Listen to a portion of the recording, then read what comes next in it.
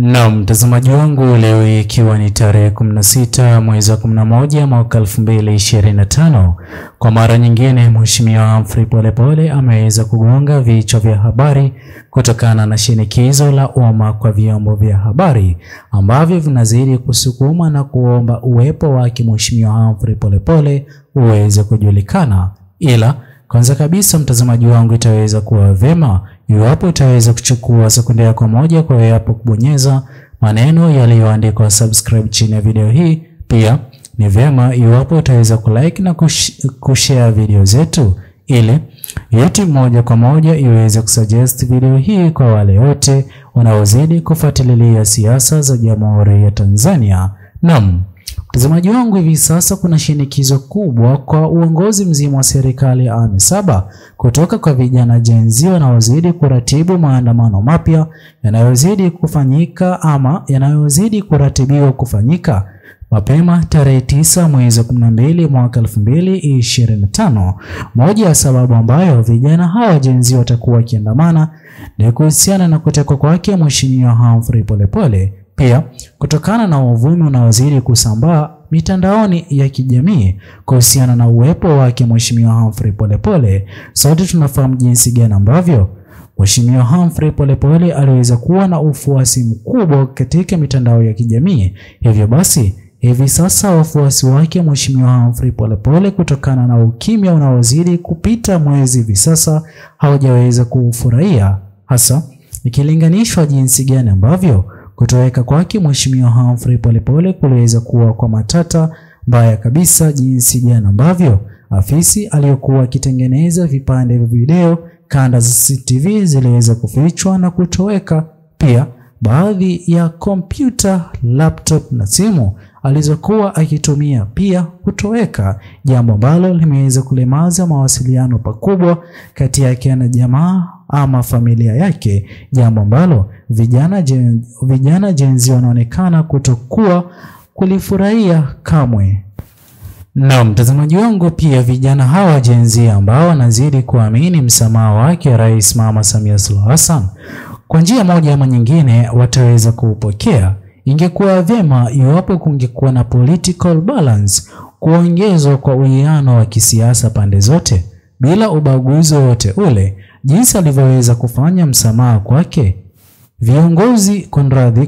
kwa vijana wote Gen Z waliokuwa wakiandamana wakati wa maandamano. Ni sawa pia msamaha huo uweze kumkuta mheshimiwa kama Mheshimiwa Humphrey Polepole, jambo ambalo linazidi kusababisha kukataa kurudishwa kwa control ya story ya kutoweka kwake Mheshimiwa Humphrey Polepole. Sote tunafahamu kwamba Mheshimiwa Humphrey Polepole anastahili msamaha mkubwa, hasa kutoka kwake Rais Mama Samia Suluhu Hassan na viongozi wengine wakuu wa chama cha CCM, kutokana na Mheshimiwa Humphrey Polepole aliweza kuwa balozi wa Cuba kwa njia moja ama nyingine. Sote tunafahamu jinsi gani ambavyo balozi huyo wa Cuba Mheshimiwa Humphrey Polepole, baada ya kustaafu kwake, alipokuwa kihudumu chini ya uongozi wa serikali awamu ya 6, aliweza kuleta manufaa makubwa kwake Rais Mama Samia Suluhu Hassan, jambo ambalo liliweza kuleta mafanikio makubwa katika serikali yake, jambo ambalo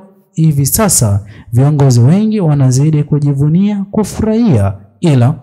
kwa ukimya na kutoka kwake Mheshimiwa Humphrey Polepole inaonyesha wazi jinsi gani ambavyo Watanzania wengi, hasa wafuasi wake Mheshimiwa Humphrey Polepole, hawazidi kufurahishwa na kutoweka kwake Mheshimiwa Humphrey Polepole katika hali ya njia tatanishi. Vile mtazamaji wangu, jambo ambalo hivi sasa mashabiki wake Mheshimiwa Humphrey Polepole wanazidi kusubiria ni jibu kutoka katika majamaa ama kutoka kwa familia yake Mheshimiwa Humphrey Polepole, kutokana na wao kuchoka kuelekea mahakamani. Siku baada ya siku wameonekana wakienda mahakamani, sawia na jinsi ambavyo kesi yake Mheshimiwa Tundu Lissu inazidi kuendelea. Ila inaaminika Mheshimiwa Lissu yeye anazidi kuonekana na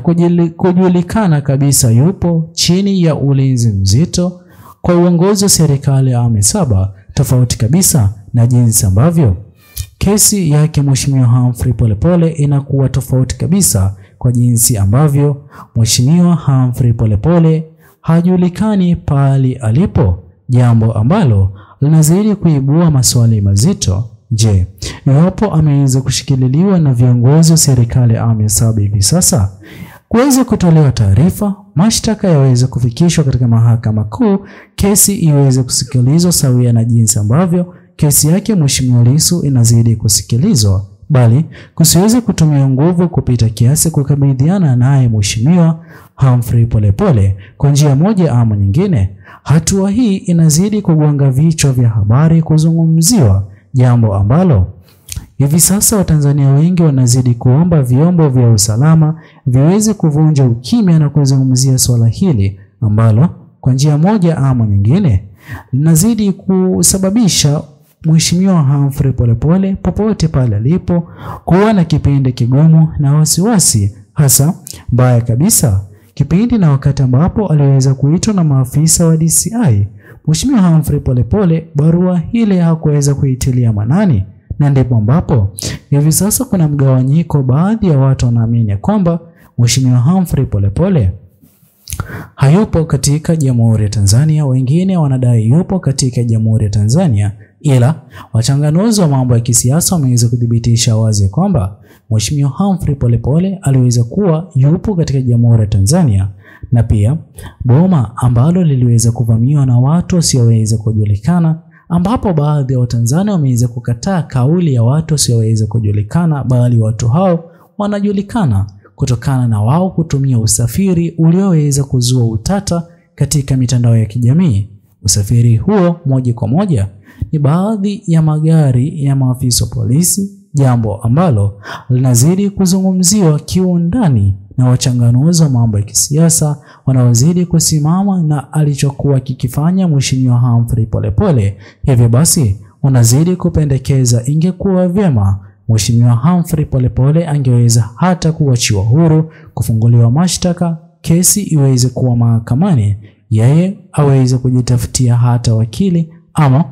kusimama na pia kuzungumza na hata kudhibitisha yale yote aliyokuwa akizungumza kuhusiana na uongozi mzima wa serikali ya awamu 6 kabla ya uongozi wa serikali ya awamu 7 hivi sasa kuwa mamlakani, kwani Mheshimiwa Humphrey Polepole aliweza kuwa mstari wa mbele kufanya ukosoaji mkubwa dhidi ya uongozi mzima wa serikali ya awamu 6 kwa mara nyingine, kwa wao kutoingia Ikulu kwa kuongoza serikali ya awamu 7, jambo ambalo halikuweza kufanikiwa. Ila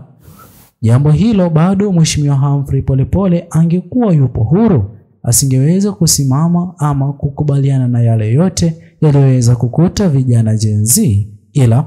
mtazamaji wangu, itakuwa vyema iwapo wewe hapo utaweza kutochia maoni yako katika uwanja comment section. Usisahau kusubscribe, like, comment na kushare video zetu. Bye bye until